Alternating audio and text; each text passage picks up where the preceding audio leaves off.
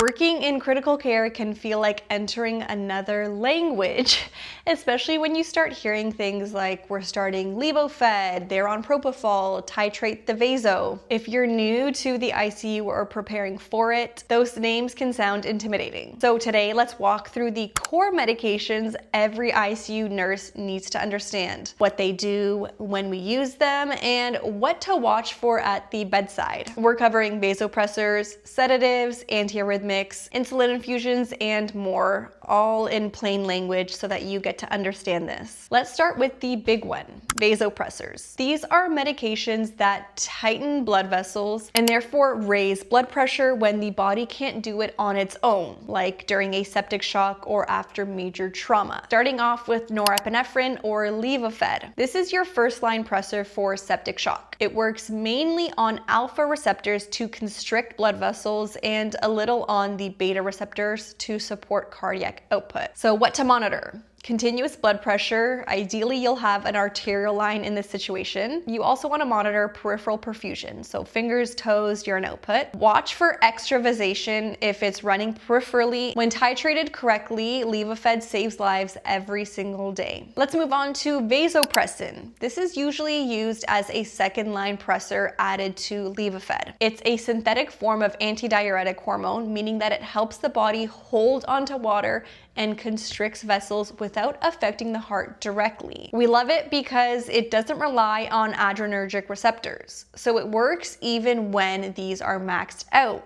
But you can't titrate vasopressin like other pressors. It's usually a fixed dose infusion. Inotropes help the heart contract more effectively. Think of them as strength boosters for the myocardium. Now, dopamine. This one is common in cardiogenic shock or heart failure. It mainly hits beta-1 receptors, increasing contractility and cardiac output, but it can also slightly lower systemic vascular resistance. Over here, you want to watch out for tachycardia, hypotension, because it can vasodilate a little bit, and you do want to have that continuous ECG and blood pressure monitoring going. You'll often see dobutamine started when the blood pressure is stable, but the heart isn't pumping efficiently. Next, let's talk about sedation, which is the cornerstone of ventilator management in the ICU. Propofol. This is a short-acting sedative. It's a hypnotic that's used for continuous sedation in intubated patients. It works fast, wears off fast, and allows for easy neuro assessments. A few key watch points over here. Hypotension. It can drop blood pressure pretty quickly. Propofol infusion syndrome. This is rare but serious, and it's usually with high doses, which over here would be over 4 milligrams per kilo per hour. And you always want to check triglyceride levels with long-term infusions. Pro tip over here, you always run propofol on its own line and label it clearly. This is lipid-based and incompatible with a lot of other medications. Then we have Precedex. This one is more for light sedation and anxiety control. It keeps patients calm but often awake enough to follow commands. It's great for weaning from the ventilator or for patients who don't need deep sedation. What you'll watch out for here is bradycardia and hypotension, especially in volume depleted patients. And remember that patients sometimes have vivid dreams or agitation if it stopped suddenly. Now on to amiodarone. This is a great medication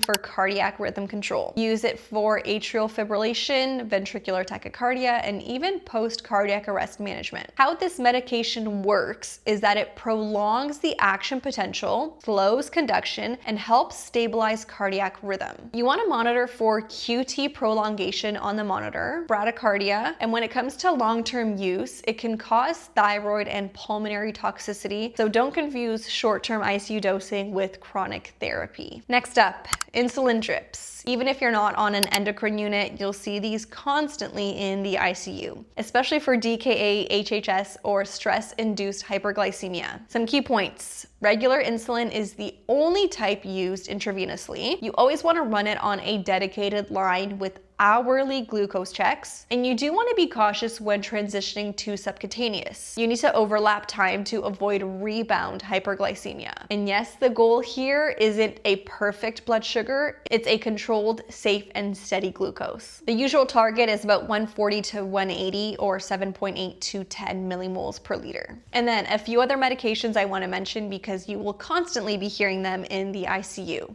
First one is fentanyl. This is a quick-acting opioid for pain and sedation, and it's often paired with propofol. You want to watch for respiratory depression. And then heparin infusions. These are used for DVT and PE treatment or prevention. I want you to remember to monitor the PTT closely with this. And then nitroglycerin or nicardipine. These are used for blood pressure control. And bicarb infusions. These are occasionally used for severe acidosis, but always check the underlying cause before starting it. So let's recap the big 5 categories. So vasopressors. An example here is Levophed, and it raises blood pressure. I want you to monitor for vasoconstriction. Inotropes. An example here is dobutamine. It improves contraction, but I want you to monitor for tachycardia. One of the main sedatives, propofol. It's used for deep sedation, but I want you to monitor for hypotension. And then antiarrhythmics, amiodarone is a great one. It controls rhythms, but can cause QT prolongation. And lastly, we have our insulin category. Remember, we only use regular IV insulin. This controls glucose, but of course, monitor for hypoglycemia. Mastering these meds isn't about memorizing doses. It's about understanding why we give them,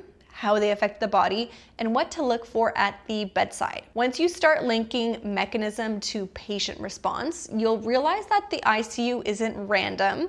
It's pattern recognition in real time.